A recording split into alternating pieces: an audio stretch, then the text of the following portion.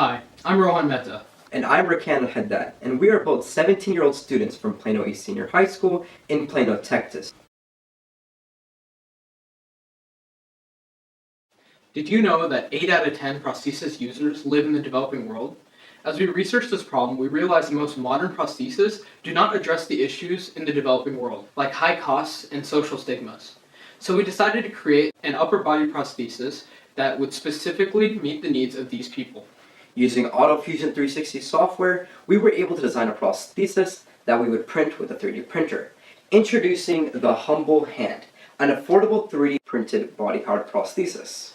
To demonstrate, my partner will wear this device. Keep in mind that the prosthesis fits better around the residual limb of a real amputee.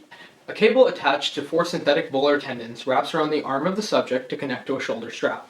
When the subject stretches his or her arm forward, the attached cable will tense and consequently pull the volar tendons, closing the fingers into a fist. This shoulder tension provides grip for holding objects. Elastic dorsal tendons bring the fingers back open when the subject releases. Using a familiar structure of the hand rather than a split hooks model addresses the issue of the social stigma of prosthetics in the developing world while granting more dexterity. Using 3D printing allows the product to be adjustable in size depending on the user, solving the issue of the lack of skilled prosthetists in the developing world.